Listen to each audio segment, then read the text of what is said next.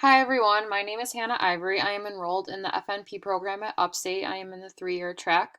I start my second year in the fall. Currently, I am a registered nurse at Upstate Neurology Clinic, where I'm the primary nurse for the neurology residents. This opportunity has given me a better understanding of Upstate as an academic medical center. Prior to that, I worked in the medical ICU and on a medical surgical unit. All of my experiences have given me different perspectives on hospice and palliative care. I would say the medical ICU gave me the most experience with hospice and palliative care, but in my other experiences, I have had to utilize them as well. In regards to my current work setting, am interested in learning more about palliative care to improve the quality of life of patients with brain cancer. Seizures commonly affect their quality of life. Learning more about hospice and palliative care will benefit me in the future, in my future practice as an FNP, in order to place proper referrals and ensure my patient's suffering and pain is reduced. So today I will be reviewing and discussing the National Hospice and Palliative Care Organization website. This website is an important resource to be aware of, as it is a great resource for providers, patients, families for information about hospice and palliative care. This site is managed and created by the National Hospice and Palliative Care Organization, which is also known as Nhpco, which is based in Alexandria, Virginia. I picked this site to review and share with my peers because of the site's versatility. It is a website with an abundance of information regarding hospice, palliative care, and end-of-life planning.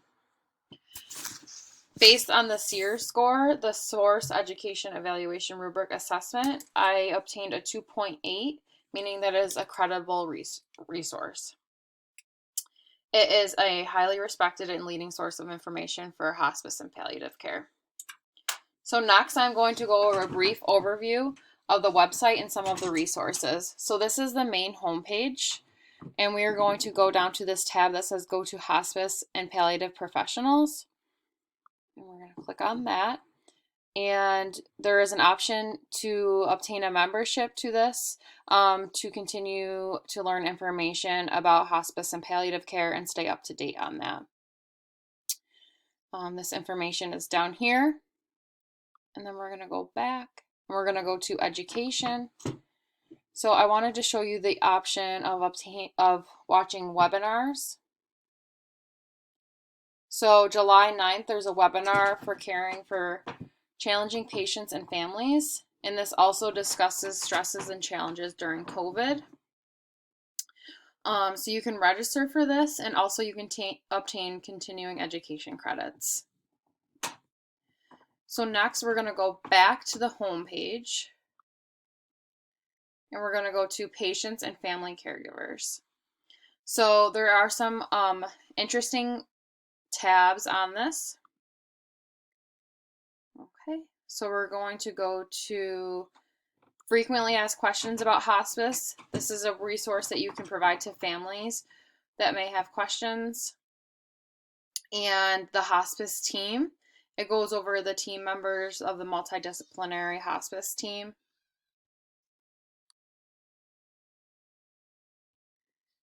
As well as, we're going to go back to caring info resources. So here there's some great resources that I wanted to go over. One is, what is palliative care? This would be a great printout to provide for families that you're discussing palliative care with. They might not understand the difference between palliative care and hospice. And this is also from the same organization. And then also we're going to go to, what is hospice? This is another PowerPoint that could be provided to families and caregivers if they have many questions. So then a tool that I wanted to go over was this tool called Choosing a Quality Hospice for You or Your Loved Ones. This is something that could be given to patients and families to review regarding choosing a hospice that's best for their family and their loved one. So this tool reviews some things as accreditation, clinical staff, services, and other qualities such as hospice Medicare certification. So they can write notes to reference back to because it can be a very overwhelming time. So, in summary, this website could be provided to patients and their family members during acute hospitalization or after discharge to learn more about hospice and palliative care.